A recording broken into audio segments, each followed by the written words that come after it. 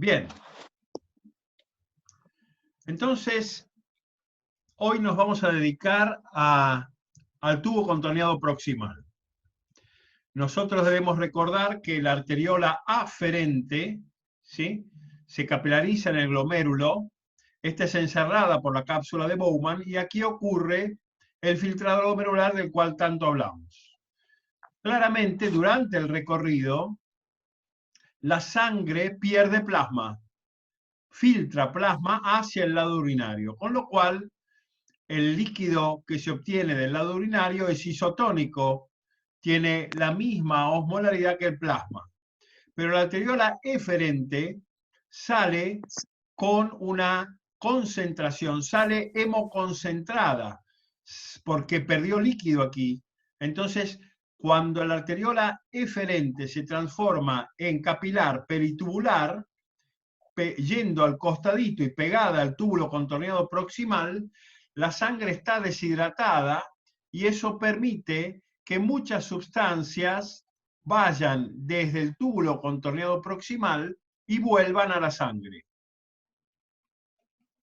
Entonces, los mecanismos de transporte que tienen lugar en los túbulos de la nefrona y en su intercambio con los capilares son básicamente un mecanismo de regreso, es decir, hay una reabsorción por la que el epitelio tubular recupera solutos y agua incorporándose al espacio intersticial y siendo finalmente absorbidos por los capilares peritubulares. Pero también hay un viaje de ida, es decir, desde el capilar peritubular a la orina, por la que las sustancias son aportadas desde el espacio intersticial a la luz del túbulo. La diferencia entre la cantidad reabsorbida y secretada de una determinada sustancia constituye la cantidad neta de dicha sustancia transferida por los túbulos. Es decir, la orina básicamente se forma con la materia prima inicial, que es la filtración glomerular, a la cual le vamos a quitar lo que se reabsorba en los túbulos, en todos los túbulos. Y le tenemos que agregar lo que los túbulos le aporten en la orina. Es decir, excreción urinaria es igual a filtración glomerular menos reabsorción tubular más secreción tubular. ¿Esto se entendió? Sí. Bien. El organismo necesita eliminar aproximadamente 700 miliosmoles por día y los va a eliminar acompañados de la suficiente cantidad de agua en función de cuánto el riñón sea capaz de concentrar la orina. Concepto central: en un día, en 24 horas, los riñones eliminan 700 miliosmoles acompañados de toda el agua que el riñón haya podido concentrar. De esta forma que, en cuanto a la regulación de la osmolaridad, tenemos una orina diluida, y a esto lo vamos a llamar diuresis acuosa, que básicamente ocurre cuando el riñón reabsorbe solutos mientras deja de reabsorber agua, por ejemplo, por inhibición de la hormona antidiurética. La otra condición es la diuresis osmótica, una orina concentrada donde el riñón reabsorbe solutos y también agua, o a veces reabsorbe más agua que solutos. En estas condiciones es cuando, por ejemplo, el riñón reacciona frente a un organismo deshidratado. En un organismo deshidratado voy a tener orina concentrada, es decir, una diuresis osmótica, y en un organismo sobrehidratado voy a tener una diuresis diluida, es decir, una diuresis acuosa. Normalmente por día se liberan 700 miliosmoles, pero como mínimo, el riñón libera 500 miliosmoles diarios, pudiendo llegar a una concentración máxima renal, máxima, de 1.300 miliosmoles por día. Bien, pregunta de examen, concepto de carga tubular. ¿Qué es la carga tubular? La carga tubular de una determinada sustancia, cualquiera esta sea, sodio, creatinina, lo que quieran, se denomina carga tubular de una sustancia a la cantidad de esa sustancia que en un determinado tiempo, por ejemplo en un minuto, pasa desde la sangre al túbulo de la nefrona. Y su valor depende de dos cosas. Primero, de la concentración de esa sustancia en sangre. Obviamente, si esa sustancia está más concentrada en sangre, la carga tubular será mayor. Y la segunda, de la tasa de filtrado glomerular. Obviamente, si el filtrado glomerular es más, la carga tubular de esa sustancia va a ser mayor. ¿Esto se entendió? Sí. Bien. Profe, Sí. necesita de la concentración. ¿Me puedes repetir eso, por favor? ¿Lees la diapositiva? Ah, sí, ahí Se está. denomina carga tubular de una sustancia a la cantidad de la sustancia por unidad de tiempo, por ejemplo en un minuto, que pasa desde la sangre al túbulo de la nefrona. ¿Qué cosa puede condicionar la carga tubular? 1. La concentración de esa sustancia en sangre. Si la concentración es mayor, la carga tubular es mayor. Si la concentración es menor, la carga tubular es menor. 2. ¿Cuál es la tasa de filtrado glomerular? Si el flujo plasmático renal es mayor y el filtrado glomerular es mayor, la carga tubular será mayor. Si el flujo plasmático es menor y el filtrado glomerular es menor, la tasa, la carga tubular de esa sustancia será menor. ¿Se entendió? Sí, muchas gracias. Bien. Como sabemos, nuestros riñones son capaces de producir 125 mililitros por minuto. Digamos que el filtrado glomerular es de 125 mililitros por minuto. El producto de este filtrado glomerular, como ustedes ya saben, básicamente es isotónico. ¿Qué significa que es isotónico? Que tiene 300 miliosmoles por kilogramo. Al finalizar el trayecto tubular, va a ser concentrada la orina, pudiendo llegar a tener hasta 1200 miliosmoles y eliminada acompañada de agua. Como dijimos la clase anterior, osmolaridad neta es igual a sodio por 2 más glucosa sobre 18, y a esto le podemos agregar la urea dividido 5.6. Esta fórmula es pregunta de examen.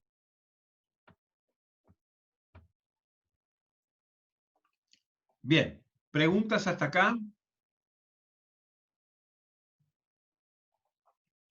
No. Profe, ¿puede volver la fórmula, por favor? Esta. La dimos la clase anterior también, ¿recuerdan? Sí, sí, me acuerdo, pero sin Creo la que urea. sí. Por eso, lo importante, los dos actores principales son el sodio y la glucosa, al cual le podemos agregar la urea dividido 5.6. ¿Sí? Dale, profe, gracias. Si todos estos cálculos los hacemos en orina, estamos hablando de osmolaridad urinaria. Si todos estos cálculos los hacemos en plasma, estamos hablando de osmolaridad plasmática. Bien. Esto es el túbulo contorneado proximal. Esta es una fotografía microelectrónica del túbulo contorneado proximal, que a simple vista se ve, tiene muchísimas vellosidades en su interior que van a permitir todos los mecanismos fisiológicos que hoy vamos a revisar. El túbulo contorneado proximal tiene forma estrellada en su lumen, tiene ribete en cepillo, quiere decir que la superficie interior, la superficie urinaria del túbulo tiene un cepillo, tiene muchas vellosidades. Desde el punto de vista tinción es bastante más acidófila que el tubo contorneado distal, tiene menor diámetro luminal que el túbulo contorneado distal, tiene luz forma de estrella, mientras que el túbulo contorneado distal tiene luz en forma circular, y el túbulo contorneado proximal dado que no tiene el rol de responder a muchas hormonas, tiene menor cantidad de núcleos. Mientras que el tubo contorneado distal, que como vamos a ver la clase que viene, es un efector endocrino renal, es decir, responde a hormonas, tiene mayor cantidad de núcleo. ¿Se entendió? Sí. Sí. Sí, profe. Bien. ¿Cómo el tubo contorneado proximal reabsorbe? Y aquí va pregunta de examen. Mecanismos de reabsorción del tubo contorneado proximal. Los caminos que el tubo contorneado proximal puede seguir para generar la reabsorción de sustancias desde el mundo urinario al mundo sanguíneo pueden ser por vía transcelular, es decir, a través de la célula, o por vía paracelular, perdón, por vía transcelular, es decir, sí, está bien, por vía transcelular a través de la célula, o por vía paracelular, es decir, entre dos células. Entonces, tenemos una vía transcelular, y ahora vamos a ver todos estos mecanismos, en los cuales la sustancia pasa del mundo urinario a la célula, dentro de la célula, y de ahí al capilar, y una vía paracelular, atravesando las uniones estrechas entre las células tubulares, pero no ingresando a las células, sino pasando entre ellas. ¿De acuerdo? Bien, De acuerdo. aquí va la pregunta de examen. Los mecanismos de pasaje paracelular son muy sencillos. Básicamente es solamente el agua que pasa por vía paracelular y es la fuerza osmótica de la sangre, en este caso el capilar peritubular proximal, que es más denso porque se ha deshidratado en la cápsula de Bowman y que atrae el agua. Ahora, los mecanismos transcelulares son bastante más complejos.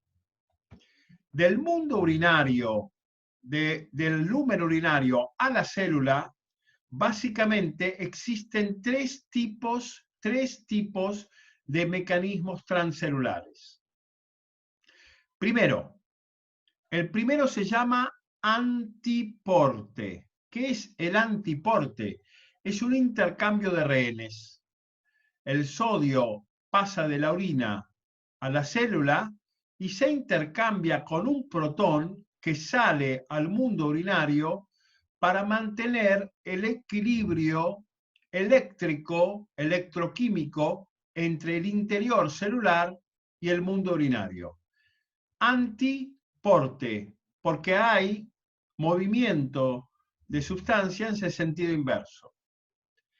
El segundo mecanismo de pasaje del mundo urinario al mundo celular, básicamente es el mecanismo de cotransporte. Básicamente sigue siendo el sodio el que ingresa a la célula por diferencia de gradiente, pero en el caso de la glucosa se toma de la mano de la glucosa, y ya vamos a ver cuáles son los canales particulares para esto, y viaja con ella. O en el caso de los aminoácidos y vitaminas, se toma de la mano de los aminoácidos y vitaminas e ingresa con ellos a la célula. La fuerza la hace el sodio, que ingresa por diferencia de gradiente, pero toma de la mano a la glucosa y toma de la mano a los aminoácidos. Este es el segundo mecanismo de pasaje del mundo urinario al mundo celular y se llama cotransporte. El tercer mecanismo son canales iónicos específicos, donde hay puertas que se abren para el sodio y para el cloro, ¿sí? Ustedes recuerdan que el sodio es siempre seguido por el agua. El sodio tiene dos amores, el agua y el cloro. Al sodio siempre lo siguen el agua y el cloro.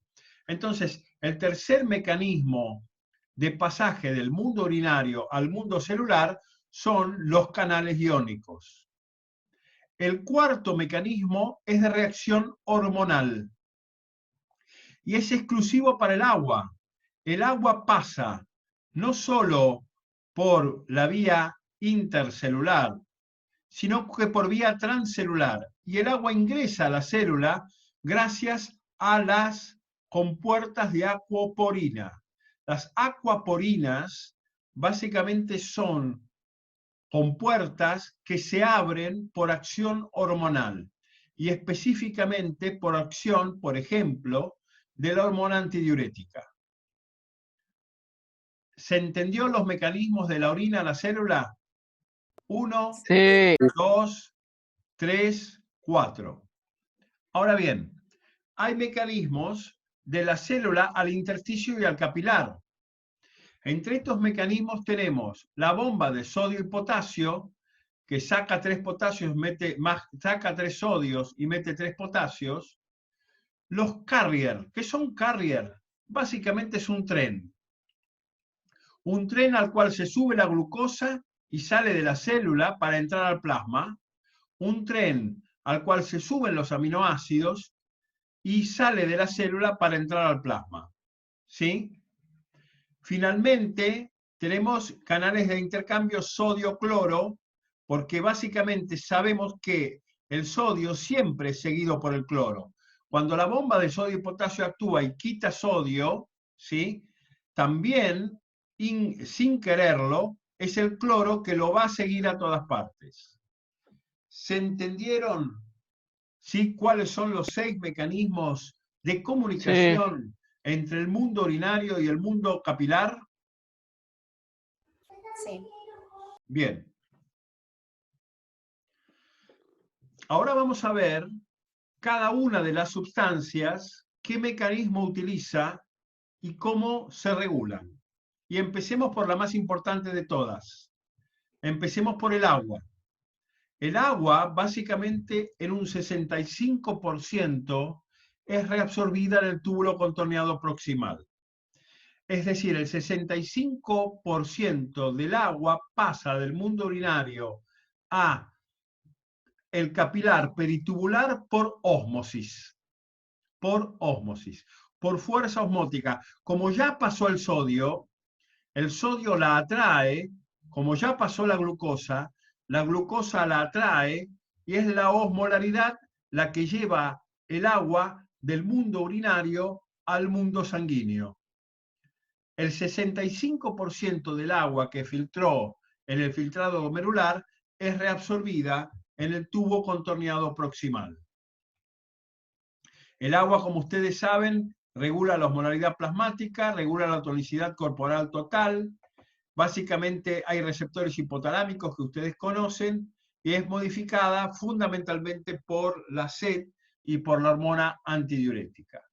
Nosotros la clase anterior vimos este esquema y dijimos que cuando el agua cuando el agua aumentaba en la volemia, es decir, cuando la sangre se diluía, cuando aumentaba la concentración de agua en la sangre, el péptido atrial y cerebral natriurético tenía 3 herramientas para poner esto en su lugar. Básicamente, anulaba la producción de aldosterona, con lo cual anulaba la reabsorción de agua y sodio por parte de la sangre, reducía la producción de hormona antidiurética, con lo cual se evitaba la antidiuresis y por lo tanto se facilitaba la diuresis, reduciendo la reabsorción de agua y poniendo todo en orden. Y finalmente la sed. El ANP y el BNP reducen la sed reduciendo la ingesta de agua. Por otro lado, si la sangre se deshidrataba o aumentaba la presión, eran 2 los actores que actuaban. El sistema renina-angiotensina-aldosterona hacía que la aldosterona reabsorbiese agua y sodio de la orina al plasma, aumentando el volumen plasmático. Y la hormona antidiurética básicamente generaba antidiuresis, con lo cual evitaba que el agua se perdiese por orina porque la reabsorbía, normalizando la situación. A su vez, la hormona antidiurética aumentaba el mecanismo de la sed, con lo cual aumentaba la ingesta y la bebida de agua, y eso normalizaba la situación. ¿Preguntas hasta acá? No. Bien. Hay dos formas de movilizar agua del lumen urinario a la célula tubular. Y como dijimos, una era la vía paracelular, ósmosis pura. El agua pasa entre las células tubulares, atraída por la mayor osmolaridad sanguínea, y la segunda es transcelular. La vía transcelular, es decir, a través de la célula por la cual pasa el agua, es la vía de las acuaporinas. En cuanto a la osmolaridad, queda claro que si yo tengo agua salada de este lado y agua sin sal de este lado, el agua va a tender a ir al compartimiento salado porque el sodio la va a atraer. Este mecanismo osmolar es el que justifica la vía transcelular del pasaje de agua. En cuanto a las acuaporinas, las vamos a ver más adelante, pero básicamente son sensibles a la acción hormonal, fundamentalmente a la antidiurética, para permitir la entrada de agua a la célula y finalmente su salida al sistema peritubular. Este fenómeno básicamente hace que cuando la arteriola eferente sale del glomérulo, se transforma en capilar peritubular, se pone en íntimo contacto con el túbulo contorneado proximal, y esta situación hace que en la primera mitad del túbulo contorneado proximal, en la primera mitad, ocurra una reabsorción, ocurra la entrada de agua a la sangre. Pero obviamente cuando la sangre ya se fue hidratando, cuando la sangre ya redujo su osmolaridad, incorporó agua, no se produce más. Con lo cual este fenómeno de reabsorción hídrica básicamente es responsable o se ocurre en la primera mitad del túbulo contorneado proximal. ¿Sí?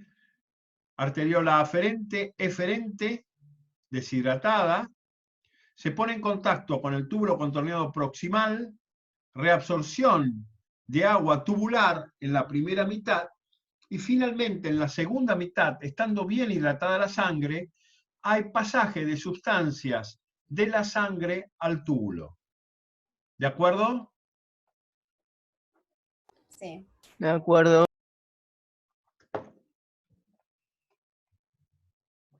Bien. Reabsorción, primera mitad, secreción, segunda mitad. Entonces, yo les pregunto a ustedes, a ver, Jazmín, ¿qué le va a pasar a un individuo con insuficiencia renal? ¿Qué problema, qué vas a encontrar vos al examen físico en un individuo en el cual este mecanismo de reabsorción de agua no se pueda producir? Va a tener algún problema con la diuresis. La orina va a tener otros problemas. Sin duda, ese individuo no va a poder producir, por ejemplo, filtrado glomerular. No va a eliminar agua. Y entonces un paciente con insuficiencia renal va a estar fundamentalmente sobrehidratado. Vos revisás a un paciente con insuficiencia renal, lo vas a encontrar con los pies hinchados, edematoso, su peso corporal subió, básicamente a expensas de la incapacidad renal de eliminar agua. ¿De acuerdo? ¿Sí? ¿Se entendió? Sí. Bien. Vamos al segundo problema en el túbulo contorneado proximal, que básicamente es qué hacemos con el cloruro de sodio. ¿Qué hacemos con el sodio y con la sal que es volcado por el filtrado glomerular al túbulo contorneado proximal? Y en este sentido, el 65% del sodio que resulta del filtrado glomerular básicamente es reabsorbido en el túbulo contorneado proximal. Recordemos que el sodio básicamente es el principal catión extracelular y es el responsable del control de la volemia, del volumen extracelular.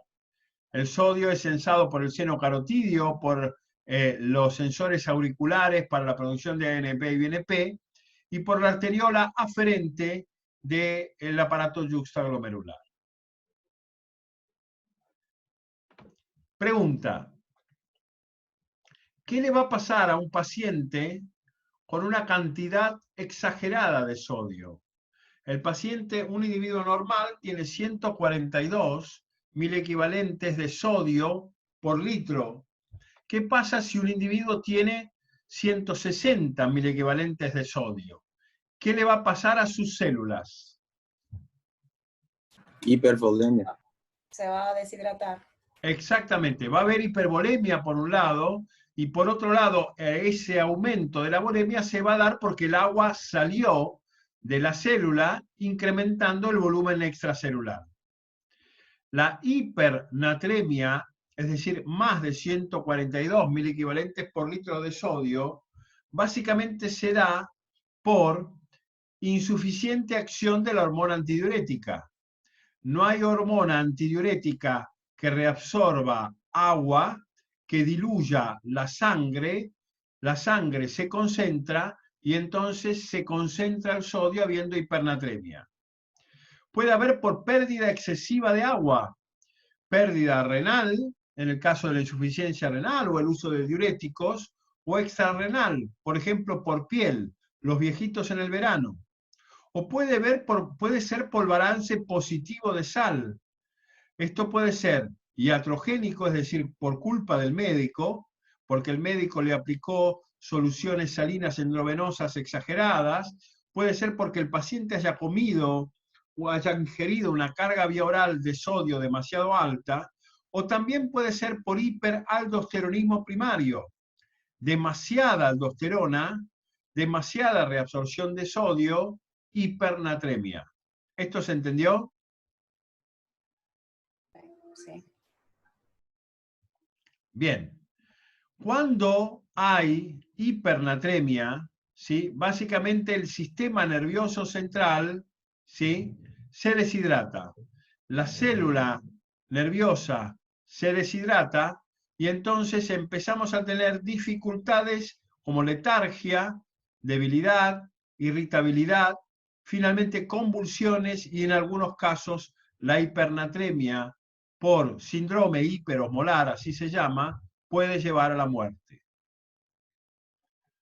La hiponatremia puede presentar síntomas sutiles, es decir, cuando el sodio está muy por debajo de 142 milequivalentes por litro, puede presentar síntomas sutiles. Pero si el sodio está por debajo de 125 milequivalentes por litro, se produce mucho edema cerebral, todo lo contrario. Habiendo poco sodio afuera, el agua empieza a entrar a la célula se sobrehidrata, se distiende, y si esto se trata de una neurona, básicamente el cerebro empieza a tener una expansión que se comprime contra el cráneo. En individuos con menos de 125 miliquivalentes de sodio, se pueden producir convulsiones graves y eventualmente la muerte por hiponatremia. ¿Queda claro? Sí. Sí. Bien. Esto es pregunta de examen. Hay 4 niveles de control del sodio.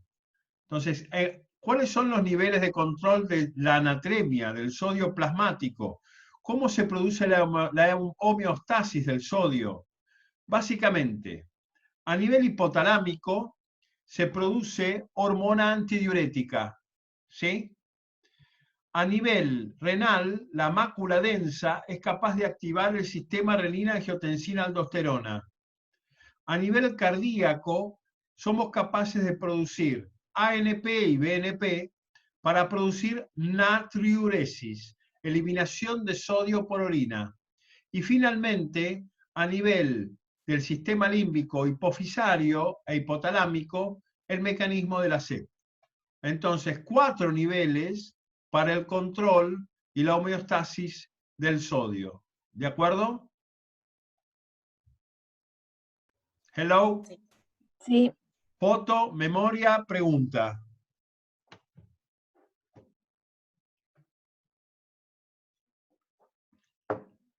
Nada.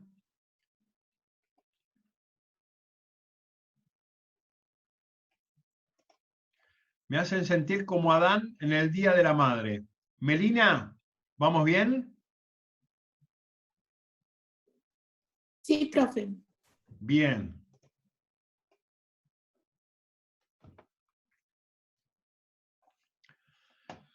Bien.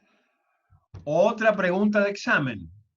¿Cuáles son las 3 formas de movilizar sodio del lumen urinario a la célula tubular?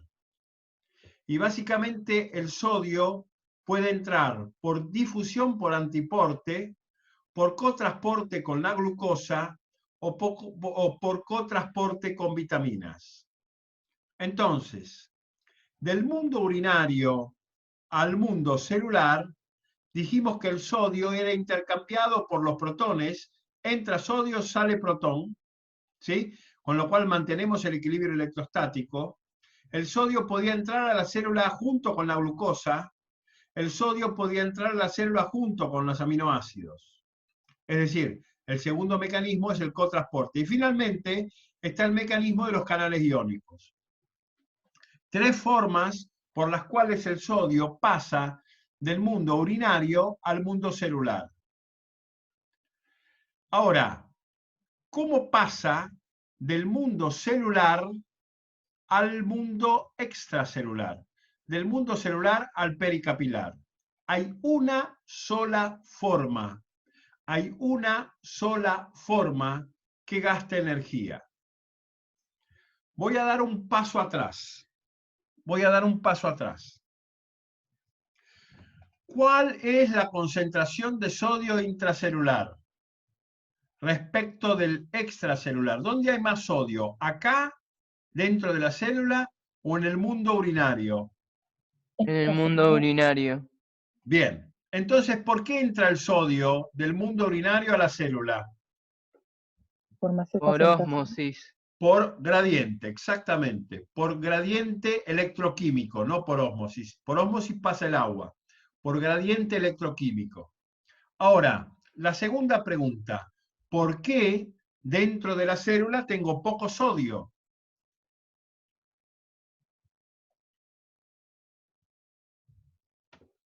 ¿Por qué será? Porque hay más potasio. No, porque hay algo que se llama bomba sodio-potasio, que gasta energía, gracias a la cual hay poco sodio dentro de la célula, gracias a lo cual el sodio entra por gradiente electroquímico del mundo urinario al mundo intracelular. Entonces, el primer motor inmóvil de todo esto es la bomba de sodio y potasio, que gastando mucha energía manda el sodio donde no quiere ir porque hay mucho sodio, fuera de la célula, y mete al potasio donde no quiere ir porque hay mucho potasio dentro de la célula. Entonces, tenemos que el sodio entra con los canales iónicos, con el cloro, el sodio entra con la glucosa, el sodio entra con las vitaminas y el sodio se intercambia con un protón por antiporte. ¿Por qué? Porque acá hay poco sodio. ¿Y por qué acá hay poco sodio? Porque la bomba de sodio y potasio con gasto de energía saca 3 sodios, mete 3 potasios. Lógicamente, al sacar 3 sodios, ¿quién los va a seguir siempre al sodio? El agua y el cloro. A su vez, después vamos a ver, hay mecanismos de extracción de glucosa y de vitaminas.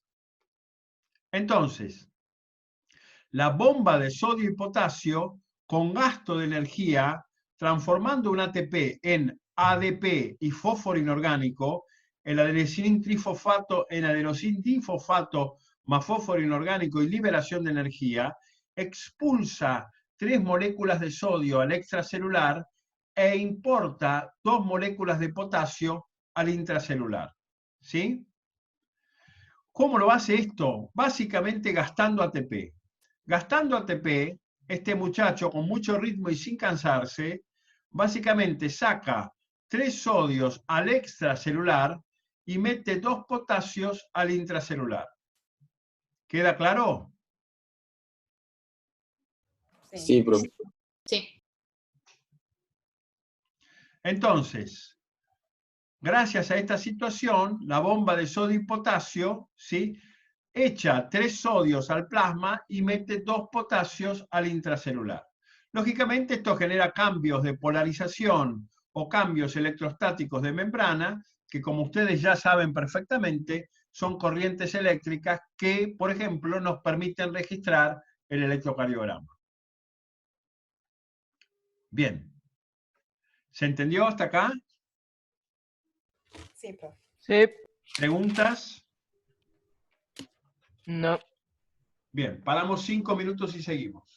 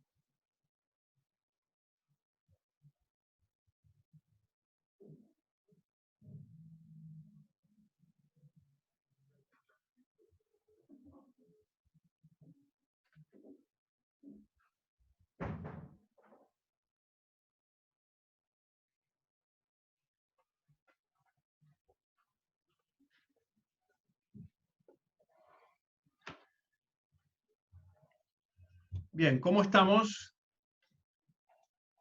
Bien.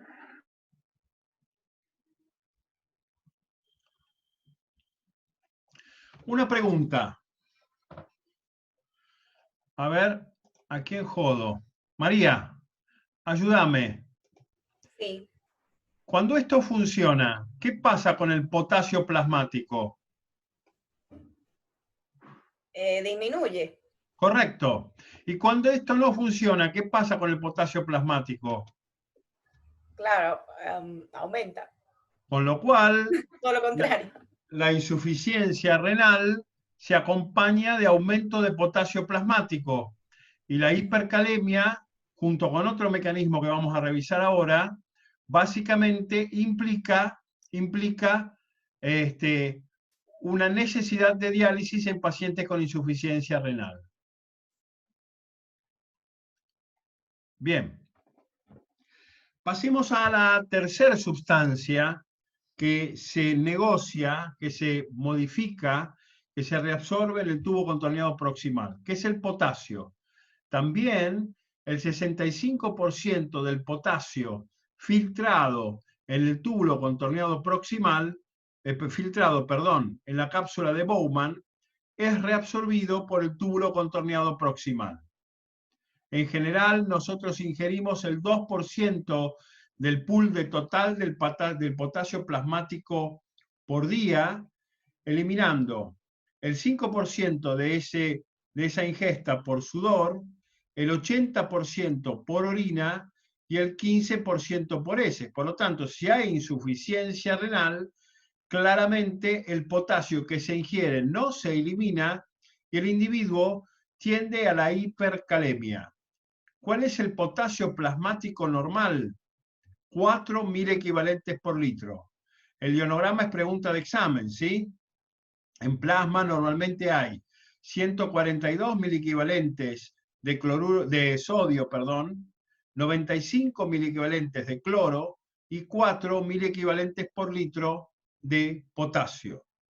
A su vez, el potasio plasmático se intercambia todo el tiempo con la mayor concentración de potasio que es intracelular. Dentro de una célula, y gracias a la bomba de sodio y potasio, hay 150.000 equivalentes por litro de potasio. Bien. Es el principal catión intracelular. La distribución del potasio entre el líquido extracelular e intracelular puede estar influido por múltiples mecanismos. Como vamos a ver, el equilibrio ácido-base es un fenómeno importante, dado que, por ejemplo, el tejido muscular, cuando encuentra que el medio extracelular es muy ácido, es decir, tiene demasiados protones, lo que hace es compensar esta situación absorbiendo protones y eliminando potasio al extracelular. Con lo cual, las situaciones de acidosis metabólica se acompañan frecuentemente con hipercalemia. ¿Cómo? Porque el músculo asumió protones del medio ácido intercambiándolos con potasio. Eso hace que en acidosis, básicamente el potasio plasmático suba. Básicamente el riñón es el principal órgano de eliminación de potasio. Negocia el 80% de la eliminación de potasio diaria. El túbulo contorneado proximal excreta potasio por difusión. ¿Qué significa por difusión? Como vimos, del mundo sanguíneo al mundo intracelular tubular, el potasio entra por la bomba de sodio y potasio. Pero de la célula tubular a la orina, dado que en la célula tubular hay 150.000 equivalentes y en la orina hay 4, el potasio sale por difusión. ¿Esto se entendió? Sí. Bien. Sí. Claramente, entonces aquí tenemos que el potasio sale por difusión y sale por antiporte con el sodio, entra sodio, sale potasio, ¿sí? Básicamente, esto es lo mismo que la recolección de basura en vuestro domicilio. Si no hay una huelga de los recolectores de basura, ustedes sacan la basura a la puerta de casa, cuando pasa el camión, la basura ya no está, y la segunda vez que sacan la basura a la puerta de casa, no hay basura. Ahora, si hay una huelga de los que levantan la basura se va a empezar a acumular en la puerta de casa, llegando un momento en el cual ya no puedan sacar la basura de casa. La salida del potasio a la orina depende de la velocidad de la cantidad de orina que pase por el túbulo. De tal forma que si pasa mucha orina por el túbulo, es mucho el potasio que va a ser lavado. Y si pasa, eso pasa cuando hay alta velocidad. Si hay poca velocidad de la orina, el gradiente entre la orina y el potasio disminuye y el potasio sale con menor fuerza. Se elimina con menor eficiencia. La velocidad del flujo del líquido tubular es esencial. La secreción de potasio depende de la diferencia de concentración de este ion entre la célula tubular y la célula del túbulo, es decir, y la orina. A su vez, la concentración de la luz del túbulo depende de la velocidad del flujo. Si esta velocidad es alta, el potasio secretado se retira rápidamente, de manera que no se acumula en la luz y si se mantiene alta la diferencia, la secreción de potasio es eficiente. Por el contrario, al disminuir la velocidad del flujo del líquido tubular, el potasio secretado tiende a permanecer en la luz, aumentando la concentración en este sitio. De esta manera que la diferencia entre la concentración intracelular y urinaria de potasio disminuye y esto disminuye su secreción. ¿Se entendió? Sí. Bien. Esto pasa en el riñón. Ahora, ¿qué pasa? Aquí tenemos el antiporte renal, ¿sí? La excreción de potasio a el lumen urinario y la absorción de sodio desde la célula al intersticio y después a la sangre. Por ejemplo, la aldosterona hace esto. Reabsorbe sodio, elimina potasio y al sodio, ¿quién lo sigue? El agua. El cloro. El agua y el cloro. El agua y el cloro. Entonces, en el túbulo, el potasio termina en la orina, intercambiándose con sodio. Pero en el músculo hay dos situaciones que hacen que el músculo sea muy importante, la célula muscular estriada, la masa muscular estriada, sea muy importante para la regulación del potasio.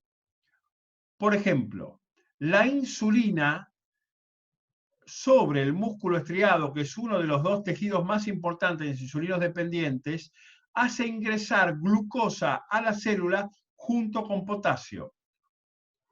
Con lo cual, hay glucemia alta, la insulina mete glucosa y potasio a la célula. Glucemia alta, acción de la insulina, baja el potasio plasmático. Otro mecanismo es, como dijimos, la acidificación del medio. Aquí hay muchos protones, es un mecanismo inverso. El potasio va a tender a salir de la célula muscular para hacer entrar protones. ¿Con qué objetivo? Bajar la concentración de protones extracelulares. ¿Para qué? Para que el pH suba. ¿Para qué? Para que el medio extracelular no sea tan negativo. Entonces, a nivel muscular, el potasio entra con la insulina y la glucosa, y el potasio sale en condiciones de acidosis para que entre el protón a la célula muscular. ¿Se entendió? Sí. Sí. Bien. Entonces, ausencia de insulina, hipercalemia, mucho potasio fuera. Alcalosis metabólica, mucho potasio adentro. ¿Sí? La hipocalemia, la reducción del potasio plasmático, puede depender de una dieta pobre en potasio, es decir, disminución del aporte, o fluidos endovenosos que le demos al paciente escasos en potasio, o la hipocalemia puede ser secundaria a la pérdida. Dijimos que el 80% de potasio es eliminado por riñón. Si damos diuréticos, perdemos potasio. A su vez, si vomitamos, perdemos potasio. Y desde el punto de vista digestivo, los vómitos, la diarrea y el uso de laxantes son capaces de eliminar más potasio que lo que deberíamos. Entonces, si hay insuficiencia renal, no funciona la bomba de sodio y potasio, con lo cual no puedo sacar potasio de la sangre. No hay circulación urinaria tubular, con lo cual no puedo barrer el potasio de la célula. Un paciente con insuficiencia renal, ¿qué tendrá? ¿Qué problema tendrá en su potasio plasmático, Aarón?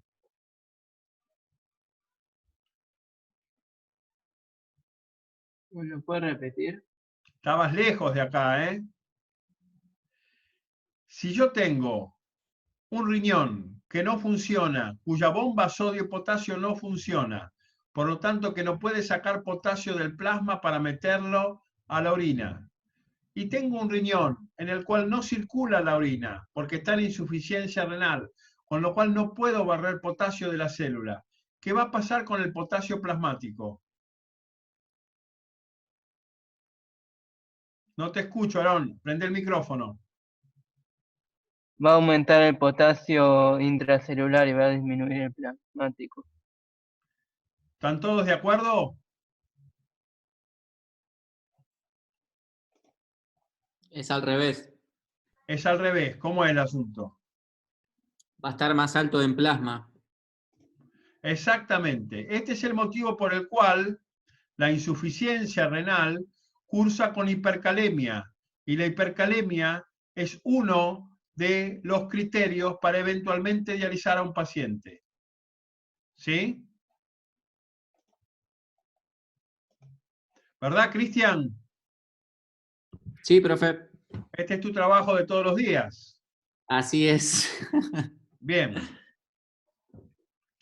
Ok. Insuficiencia renal, sobrehidratación, insuficiencia renal, hipercalemia. Bien. Pasemos al tema de los aminoácidos. Todos los aminoácidos que son volcados por el filtrado glomerular a la orina son reabsorbidos en el túbulo contorneado proximal. Todos ellos. Cuando hay insuficiencia renal, el paciente empieza a tener pérdida de aminoácidos por orina, con lo cual el paciente no puede reabsorber todos los aminoácidos que son filtrados por el filtrado glomerular y el paciente empieza a sufrir desnutrición grave. Un paciente de insuficiencia renal crónica es un paciente básicamente con una carga de aminoácidos y de proteínas totales reducida. Los aminoácidos se incluyen a la célula desde la orina por cotransporte con el sodio. Y después se toman un tren específico para ellos, un carrier, que lo lleva de la célula al tejido intersticial y del tejido intersticial al plasma. ¿De acuerdo? Entonces, del lumen urinario a la célula, cotransporte, ¿sí? Y difusión. Y de la célula a el intersticio y después a la sangre, por carrier específicos. Bien. ¿Qué pasa con el cloro? El 50% del cloro que yo he filtrado en la cápsula de Bowman, el 50% del cloro vuelve al plasma gracias al túbulo contorneado proximal. Esto se produce porque el cloro, que es electronegativo, tiene una carga negativa, sale hacia los capilares peritubulares por transporte pasivo, haciendo que la carga positiva del sodio lo atraiga. El cloro sigue al sodio, con lo cual, dado que es negativo, es atraído por la carga positiva del sodio. Toda la fuerza la hizo la bomba de sodio-potasio.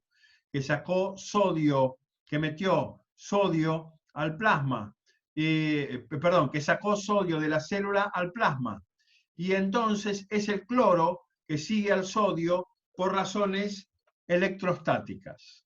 ¿Sí? ¿De acuerdo? Sí. Sí, profe. Entonces, sodio ingresa a la célula por gradiente, se intercambia con protón.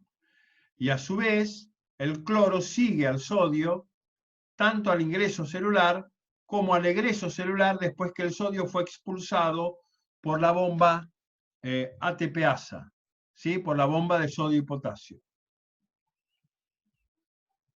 Ustedes vieron al ion gap en química ya, pero recordemos que es la sustancia que debe sumarse al cloro y al bicarbonato para lograr la neutralidad del pH. Es decir, el anión gap es lo que nos falta para lograr el equilibrio compensante de dos moléculas negativas, como son el cloro y el bicarbonato. El anión gap son los cationes necesarios para compensar la electronegatividad del cloro y del bicarbonato. ¿De acuerdo? Sí.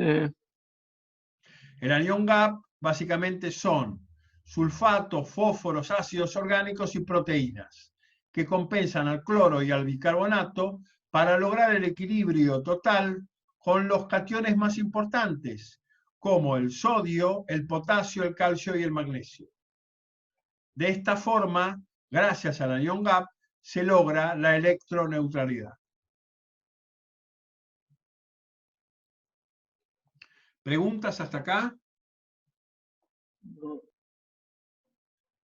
Paramos 5 minutos y seguimos.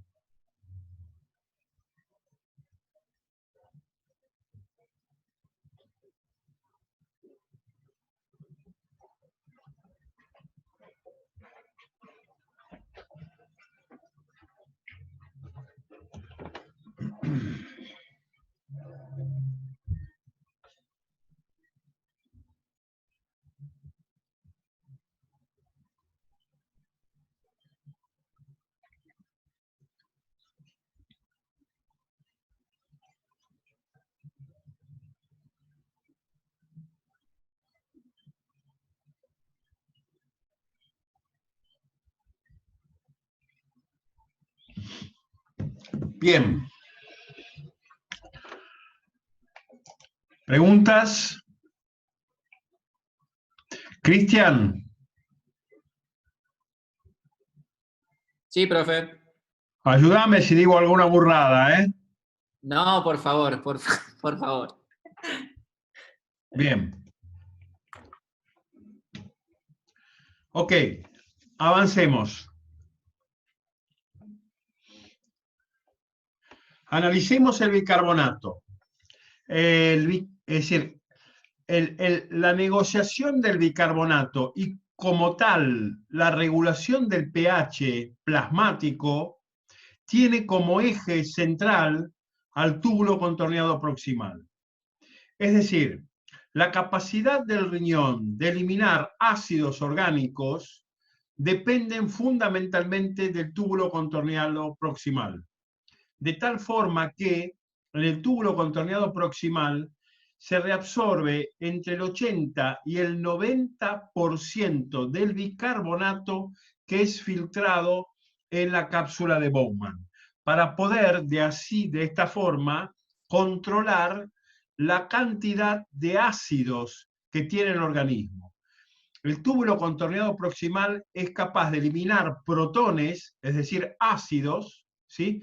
Y de asumir bicarbonatos, es decir, asumir álcalis. Básicamente, el protagonista de esta película es una enzima que se llama anhidrasa carbónica. La anhidrasa carbónica, ustedes ya la conocen, de respiratorio, básicamente es un juez de paz que casa al agua y al CO2 o la divorcia, dependiendo de las circunstancias, pero es una enzima de acción bidireccional. Vamos por partes.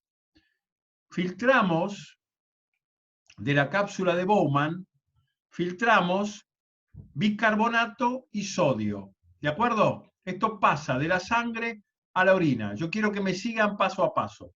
¿Vamos bien? Sí. Bien.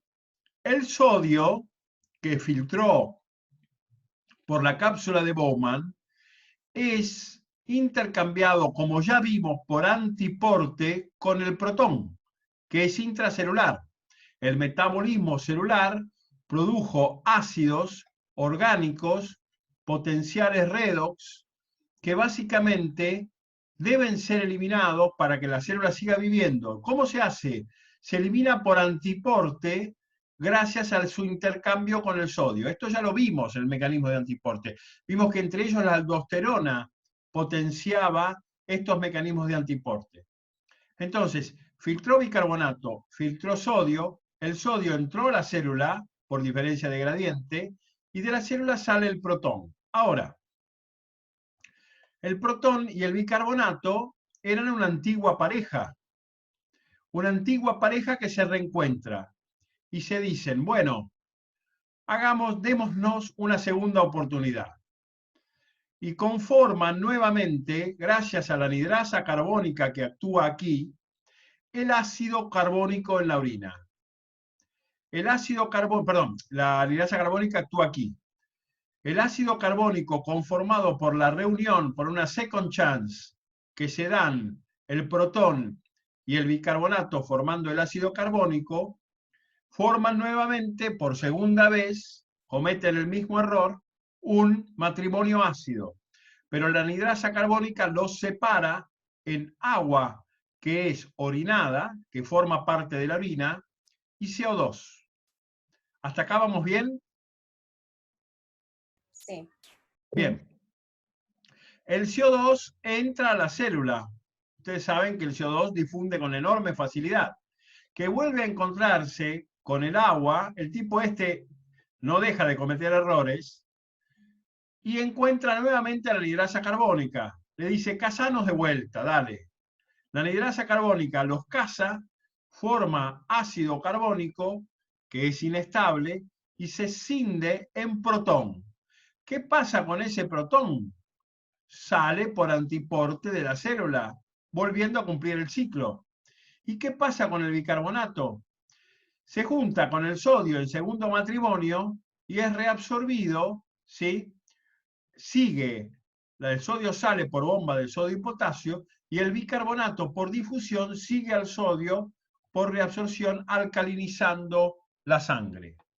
Este mecanismo permite entonces, gracias a la anhidrasa carbónica aquí, y gracias a la anhidrasa carbónica aquí, permite finalmente la eliminación de un protón, la eliminación de ácidos celulares y la reabsorción al plasma de álcalis, un álcali muy importante que es el bicarbonato.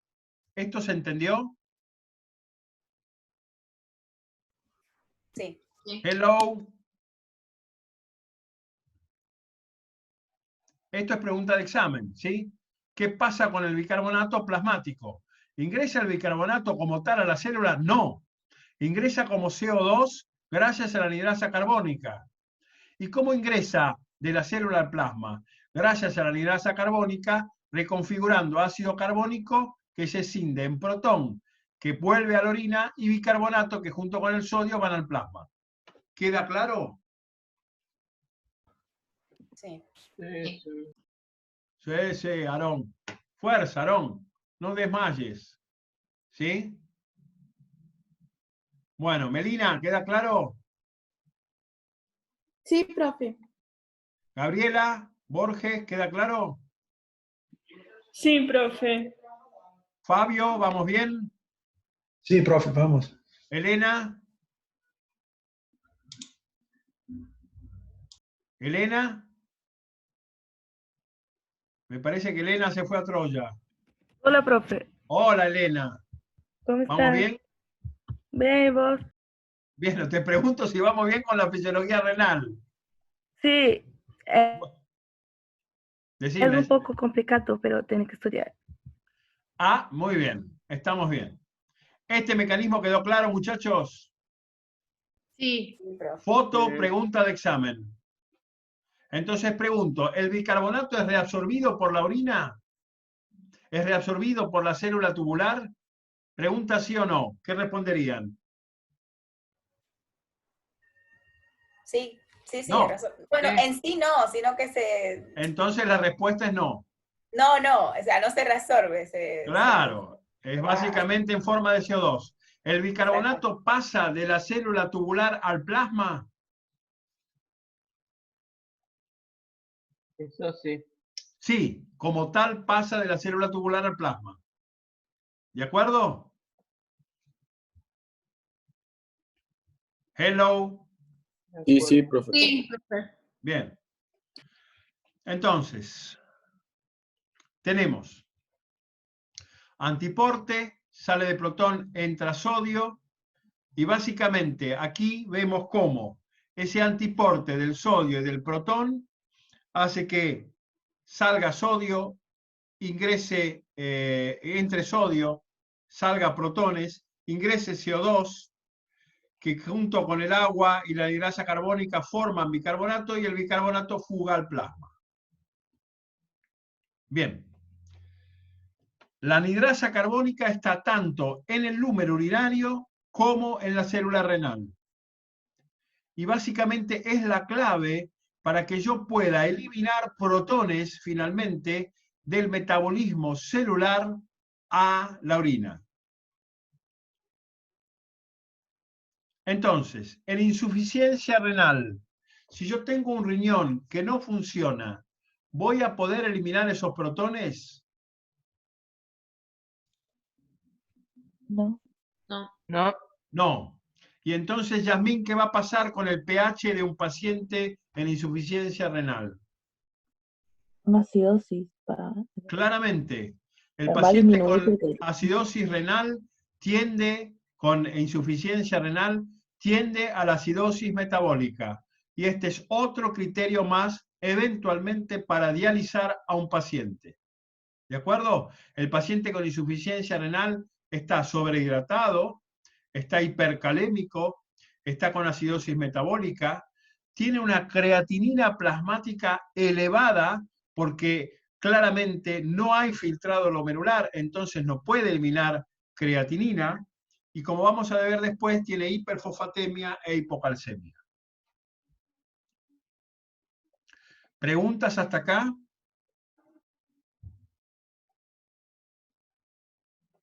¿Ninguna?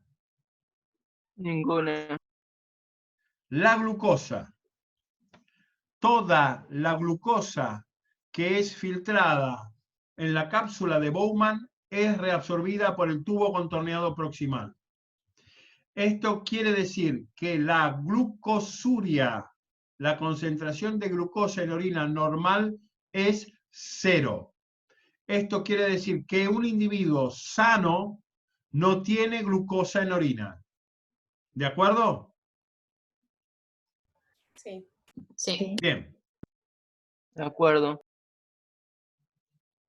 ¿Cómo se negocia la glucosa del mundo urinario al mundo sanguíneo?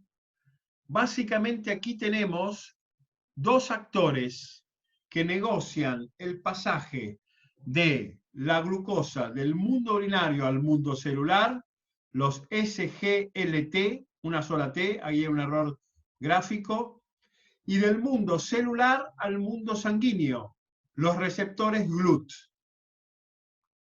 Estas son una pareja que claramente permite que la glucosa que filtró por el filtrado glomerular vuelva a la sangre. Habíamos dicho que el sodio y la glucosa entraban por cotransporte del mundo urinario al mundo celular. Ese cotransporte básicamente se da por canales que se llaman SGLT. Sodium, Glucose, Late Trains. Son básicamente canales transportadores de sodio y de glucosa. Los hay de diferentes tipos, tipo 1, tipo 2 y tipo 3, pero básicamente los tipos 1 están en el túbulo contorneado proximal, igual que los tipo 3.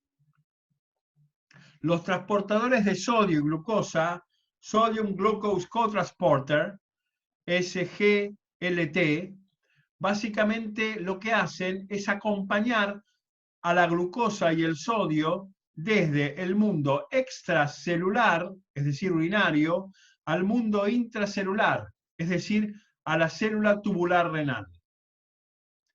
SGLT. Los SGLT2 y 3 están en el túbulo contorneado proximal. ¿Qué hacen? Básicamente permiten la entrada del lumen urinario de sodio y glucosa al mismo tiempo. Es importantísimo porque uno de los avances más importantes en el tratamiento de la diabetes de los últimos 3 años son las glifosinas. Las glifosinas, EMPA, glifosina, DAPA, glifosina, pero todas las moléculas que terminan en glifosina bloquean los SGLT2. Bloqueando los SGLT2, cierran esta puerta, dejan la orina, dejan la glucosa en la orina y entonces evitan que la glucosa se reabsorba y entonces evitan que la glucosa se acumule en la sangre y evitan la hiperglucemia en el diabético. ¿Qué le pasa a este individuo? Poca glucosa en plasma, mucha glucosa en orina, con lo cual hay glucosuria. Estos individuos empiezan a tener glucosuria, la glucosa y el sodio no reabsorbidos arrastran agua, porque son dos agentes importantes de osmolaridad, y entonces estos pacientes tienen poliuria osmótica, diuresis osmótica, por bloqueo de los canales SGLT2. Esto es de último momento médico y están a la vanguardia en el tratamiento de la diabetes. A su vez, del mundo celular al mundo urinario, hay canales que se llaman GLUT1 y GLUT2. Ustedes recuerdan que nosotros ya hablamos de un GLUT y hablamos básicamente de glucose transporters, los transportadores de glucosa, y hablamos de receptores GLUT4 cuando hablamos de corazón, cuando hablamos de control de la presión arterial, y dijimos que estos receptores eran y receptores de la angiotensina 4 compartidos por la insulina. Bueno, aparte de todo esto están los GLUT1 y GLUT2, que básicamente son carriers de glucosa y fructosa en el intestino, riñón y en las nefronas. Hay GLUT3 en las neuronas y hay GLUT4 en la mucosa intestinal, espermática, etcétera, etcétera. Entonces, los GLUT básicamente permiten la salida de la glucosa de la célula renal al intersticio y del intersticio al plasma. También están estos GLUT en los eritrocitos. Bien, ¿preguntas hasta acá?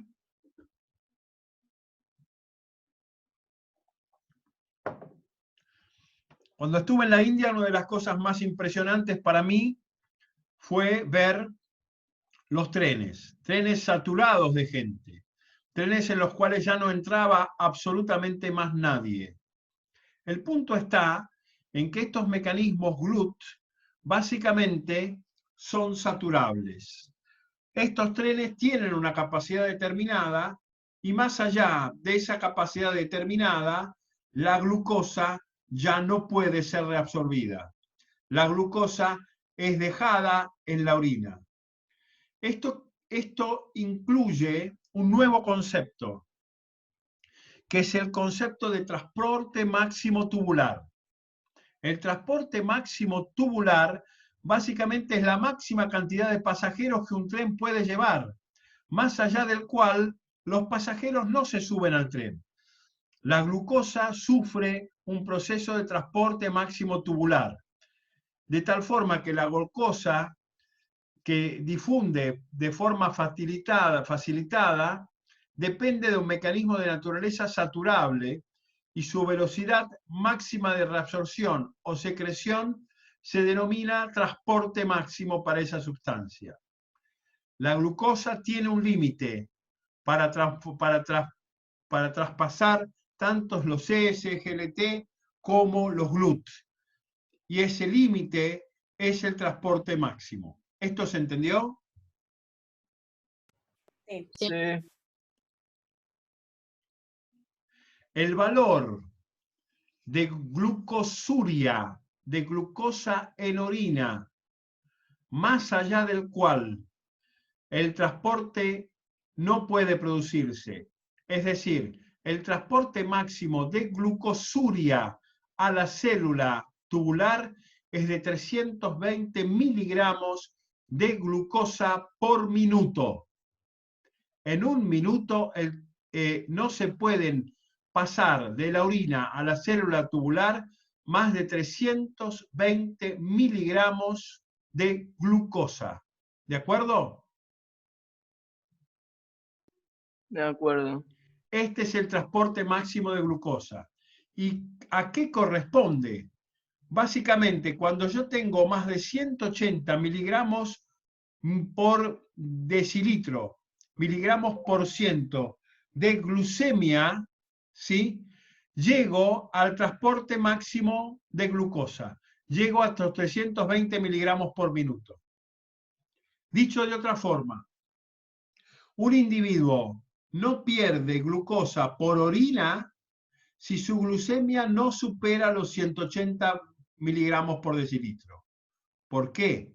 Porque hasta 180 miligramos por decilitro yo estoy dentro del transporte máximo de glucosa, que es 320 miligramos por minuto. ¿Esto se entendió? Sí. Sí. Ustedes saben que la glucemia normal es aproximadamente 100 miligramos por decilitro, con lo cual un diabético puede estar discretamente hiperglucémico, que hasta 180 miligramos por decilitro no va a sufrir glucosuria. ¿De acuerdo? Ok. Entonces, el umbral renal de glucemia es de 180 miligramos por mililitro. Bien. La carga tubular condiciona la eventual diuresis osmótica. ¿Qué significa esto? Que si yo supero la carga tubular, si yo supero el transporte máximo, voy a empezar a perder esa sustancia por orina. Galeno describió la diabetes. Diabetes, en griego, viene de dia, a través, y betes, que es atravesar. Galeno veía que los individuos tomaban agua y la orinaban automáticamente. Y exactamente la misma cantidad de agua que tomaban era la que orinaban poco tiempo después. Con lo cual vio que el agua pasaba, atravesaba el cuerpo, ¿sí?, sin más. Y vio entonces a estos individuos, los llamó diabéticos. Hace referencia al pasar rápido del agua debido a la sed y a la orina frecuente. ¿De acuerdo? Sí. Si yo supero la glucosa, si yo supero el umbral de reabsorción, evidentemente voy a empezar a tener glucosa en orina, y esto ocurre con frecuencia en los diabéticos. Ahora bien, Galeno observó que había dos grandes grupos de pacientes con diabetes, es decir, que tomaban y orinaban, tomaban y orinaban. Unos eran los neurológicos y otros no. Que en los pacientes no neurológicos que tenían diabetes, las moscas se posaban sobre los recipientes de orina. En cambio, en los otros no. Entonces, ¿qué hizo el tipo? El tipo fue y tomó un sorbo de orina. Y vio que ese sorbo de orina era dulce, dulce como la miel, de sabor a miel, o como la miel, en latín se dice mellitus. Entonces describió a algunos diabéticos de tipo mellitus, cuya orina era dulce. Estos eran los diabéticos en los cuales, evidentemente, por una glucemia superior a 180 miligramos por ciento, había glucosuria, y por lo tanto había diuresis osmótica por exceso de glucosa en orina. En un individuo normal, el páncreas produce insulina, la insulina actúa sobre receptores y la glucosa entra a las células de los tejidos insulinodependientes. En diabéticos tipo 1, que son los infantos juveniles, son los más graves, son los diabéticos de la primera infancia, el páncreas no produce insulina, con lo cual no hay nadie que haga entrar la glucosa a los tejidos insulinodependientes. En los diabéticos tipo 2 hay insulina, pero lo que no funcionan bien son los receptores a la insulina, con lo cual tampoco la glucosa puede entrar a los tejidos insulinodependientes. Estos son los diabéticos del adulto, los obesos, los individuos con cáncer o tumores pancreáticos, etcétera, etcétera, etcétera. Asimismo, Galeno observó que había gente que, por ejemplo, había sufrido parálisis, que tenía medio cuerpo dormido, que no movían un brazo, no movían una pierna o no podían hablar, que tenían también diabetes, pero que las moscas no se posaban en los recipientes donde se recolectaba esta orina. Entonces el tipo, un asqueroso, probó la orina también de estos tipos y vio que esta orina no tenía sabor. Y entonces a esta situación la denominó diabetes insípida, diabetes sin sabor.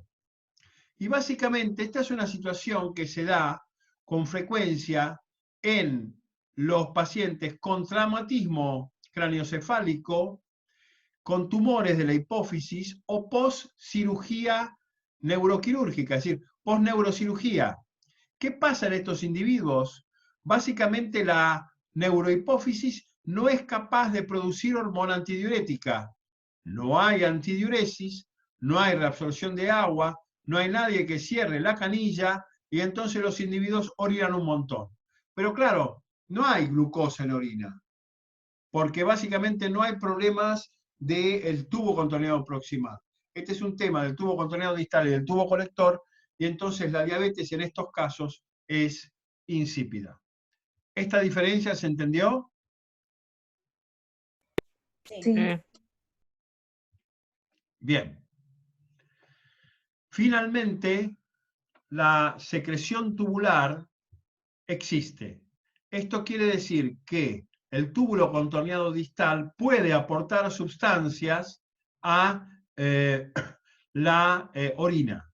Básicamente, como vimos, puede aportar protones por antiporte, puede aportar amoníaco, puede aportar urea, pequeñas cantidades de creatinina y pequeñas cantidades de calcio y fósforo. La reabsorción de calcio y fósforo es más propia del tubo contorneado distal, pero algo de esto también se produce en el tubo contorneado proximal. La paratrohormona básicamente genera una reabsorción tubular de calcio. Es decir, la paratrohormona producida por la paratiroides, esto lo vamos a ver muy bien en el endocrino, genera una reabsorción de una recuperación del calcio desde la orina a la sangre y una eliminación de fósforo. La paratrohormona aumenta la reabsorción de calcio en el túbulo contorneado proximal, de tal forma que en un individuo con insuficiencia renal no vamos a reabsorber calcio y no vamos a eliminar fósforo, con lo cual es muy claro que el fósforo se va a acumular en plasma y el calcio va a ser pobre en el plasma. Con lo cual, otra de las consecuencias de la insuficiencia renal crónica, aparte del aumento de la creatinina, aparte de la sobrehidratación, aparte de la hipercalemia, aparte de la acidosis metabólica, es la hiperfosfatemia, porque el fósforo no se elimina por riñón, y la hipocalcemia, porque el riñón no es capaz de recuperar calcio de la orina. ¿Sí? ¿Quedó claro esto? ¿Sí? Sí. Bien. Paramos 5 minutos y seguimos. ¿Preguntas hasta acá?